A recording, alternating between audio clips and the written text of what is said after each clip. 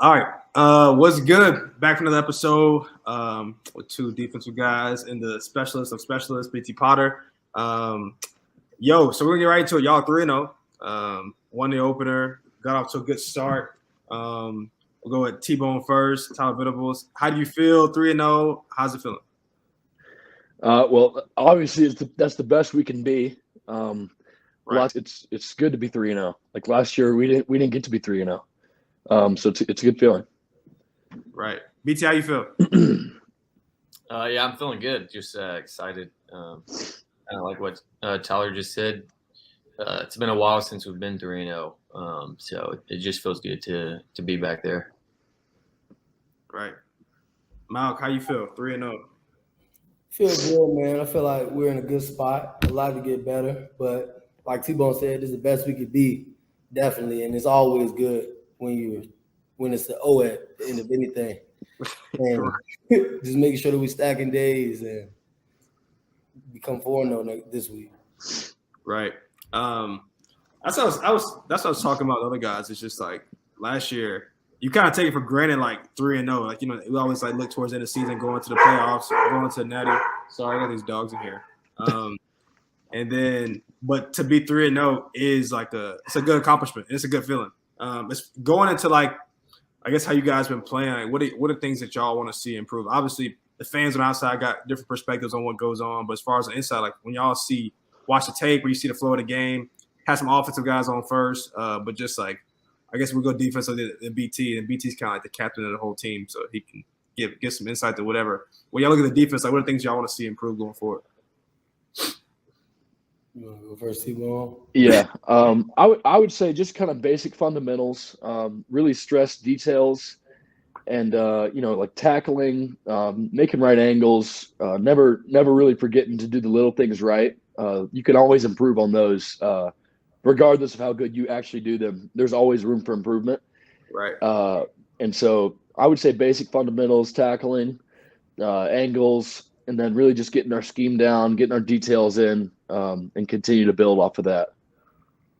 Yeah. What you think, Malk? Yeah, I feel the same way, man. Definitely just tightening down on the little things, man. That'll play a major role in getting us to where we want to go. And also just having a good week this week.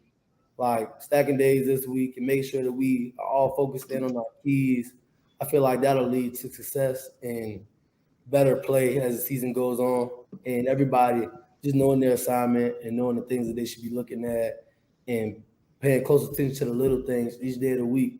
I feel like stacking days and all these days during the week lead up to the game and lead up to your performance. So just paying attention to the little things is the main thing. Yeah.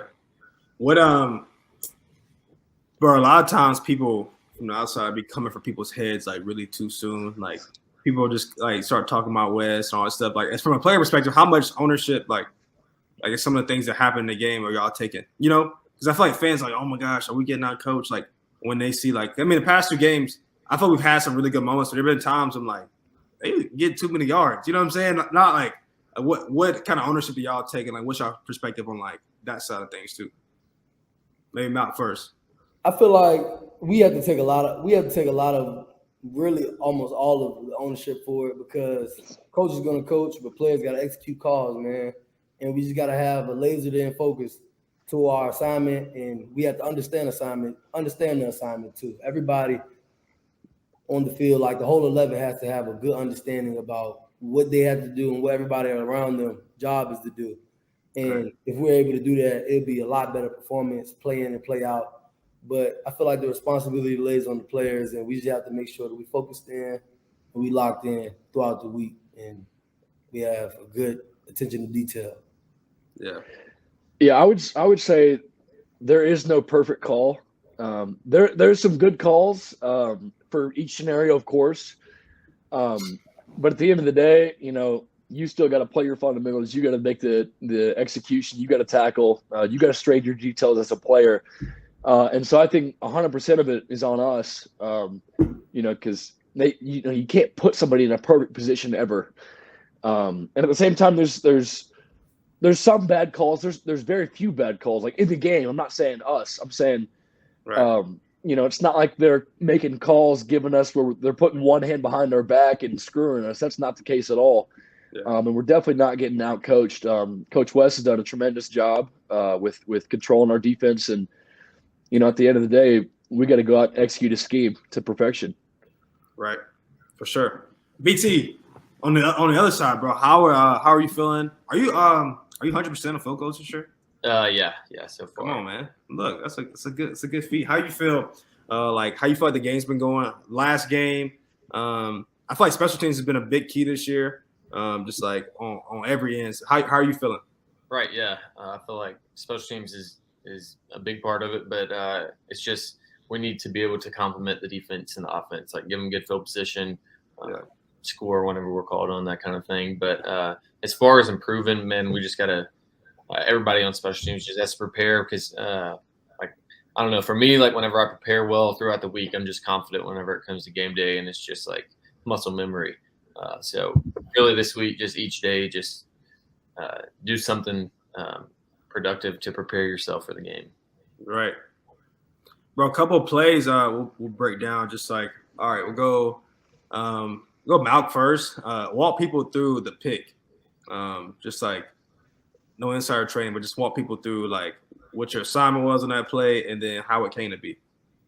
So on that play, I was assigned to play the flats, and they ran double slants.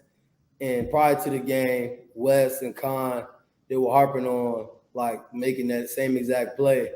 But throughout the game, they were really comfortable with throwing the out route on a lot of our flat players. So I knew that I had to make sure that I got under one in that situation, but my fault on not seeing two go in first, because I know when I see two go in, that means one's going in. So Yeah.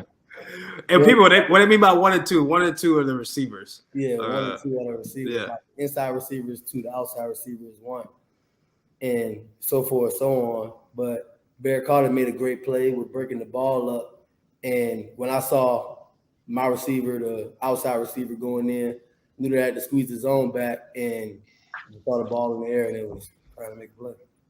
Tips or picks. Yeah. T-Bone, walk people through just like, I think offensively it's a little more like, I guess people understand like you're calling a play to make a play. Like on defense, like what goes into like, what I'm saying, making like those big turnover plays, and probably just like talk about the momentum. Because I feel like whenever it's cool to see the offense score, like Kobe was just talking about that on the last one. But like I feel like when the defense makes a play, like it really does. Like seeing a turnover just changes the momentum of a game. Like walk people through like kind of those things.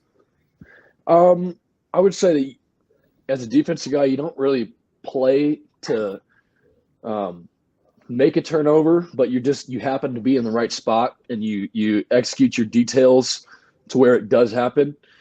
And then the quarterback will throw it to you like that, stuff like on Trotter's pick. Right. They were trying to throw a bender in behind him, and he stressed to details, and he did not take one step outside that hash. He didn't widen, which is what you're not supposed to do, and it's so instinctive to widen out and go push the guy. But if he did, he wouldn't have been there, and they would have completed the ball. So he packed it in. He stayed inside, stressed to details, and then he dove and made the play.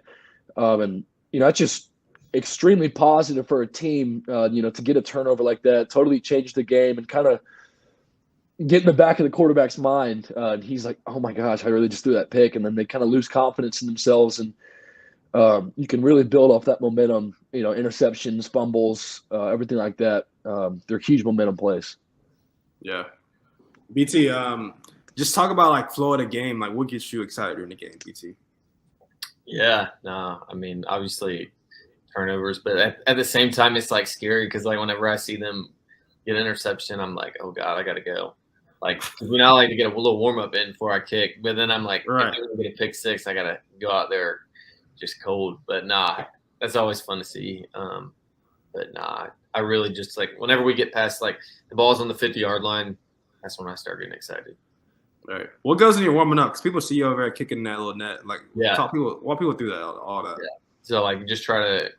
So obviously you can't tell like in the net, like if it's gonna be good or not, but you can feel the contact. So I try to make sure I get at least like a swing where I can feel good contact, so I know when I go out there I can be just confident and rely on my swing.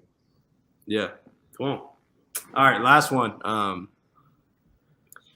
So a lot of people have been tuned in to like the program probably more than before. Even a lot of people are tuned in because of the whole situation with Brian and his sister. I think that like it's a definitely a very sad situation. But seeing how much love has been poured out on that family, and then just how many people have come together has been inspiring for a lot of people. Even seeing the way Louisiana Tech kind of rallied around the program, writing letters to his family. Like, how has it been, or how was it for y'all? Y'all saw her the week before she passed, and then obviously teammates of Brian. How has it been for y'all navigating through this past week? And maybe T-Bone go first. We can go Malcolm, BT. It's just it's heartbreaking to see that happen. And there's such a loving and caring family, especially Richie and Megan. They're just amazing people. Brian himself is an amazing dude, and just seeing him have to kind of deal with that with watching his sister for the past 17 months was it's just really sad. But she always had a positive spirit and was always joyful. She was always happy. And I'm right. We went up to Maryland, me and DJ and RJ a couple times, and just to visit her and see her doing the rehab stuff. And she was always a light. She was always smiling. There was not one day that I saw that she was being negative and stuff and looking down on herself. But just to see them go through that, all we can do is just be there for that family and be there for Brian and kind of just love up on him and be there for him. And, that's what we're going to do.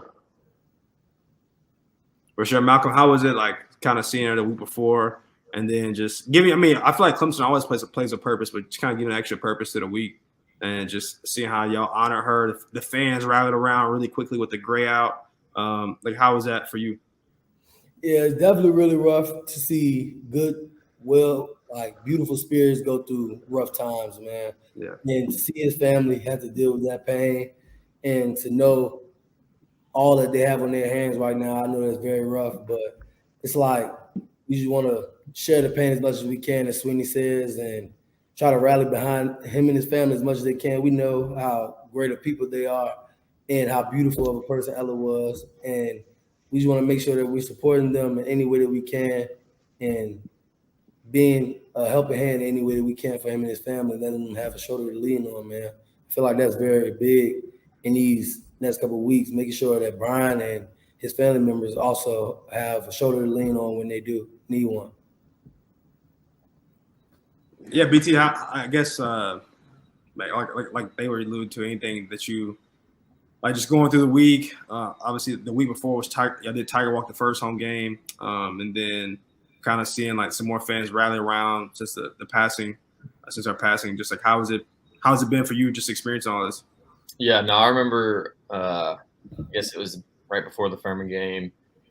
She was hanging out at the facility with Brian, and it was just beautiful to to see them like enjoy their time together.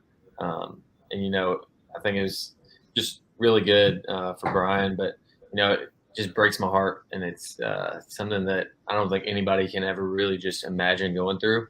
Right. And it breaks your heart whenever you see it happen to anyone, but really someone that you love and care for. But I'll say it was awesome. I remember standing on top of the hill Saturday and looking out, and everybody had on the gray. Yeah. It was good to see that that everybody there really loves their family and cares for them when they're going through this.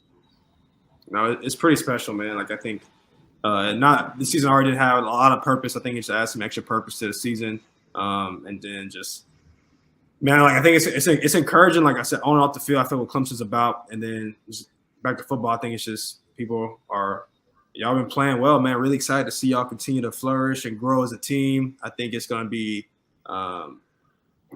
really cool to see y'all put 4 quarters together. I think that's the scariest part to me is like people are watching and have opinions, but like I don't like for Nasa looking. I feel like y'all put it's either been like 2 quarters of good defense, then like 2 quarters of bad offense. It hasn't been like cohesive yet. And when y'all can put that together, 4 quarters together, I mean, I think the sky is the limit. What are y'all seeing going forward? Like, what are y'all? I mean, just like expectation for like start really division play this week. Maybe just quickly, what are y'all seeing going forward? Like, what's like? Yeah, I'm excited.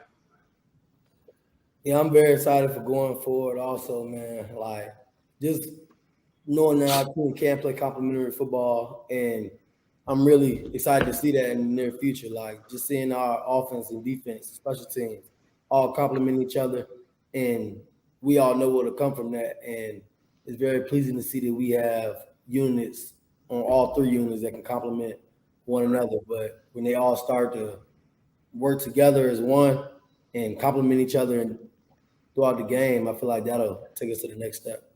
For sure. What you got, T-Bone? Yeah, I'm really excited. Of course, just daily and with every game, you gain more cohesion and chemistry with the guys next to you. And of course, everything you're never a championship team on week one, or you at least hope not. You want to peak at the right time, and I think we're definitely going to. It comes with the time. You got to get those game reps in, and you got to fail, and you have to learn through the fire, and then you'll come out on the other side of it better. Right. Well, look, I'm excited for the rest of the season. More to come. Thank y'all for tuning in for another episode.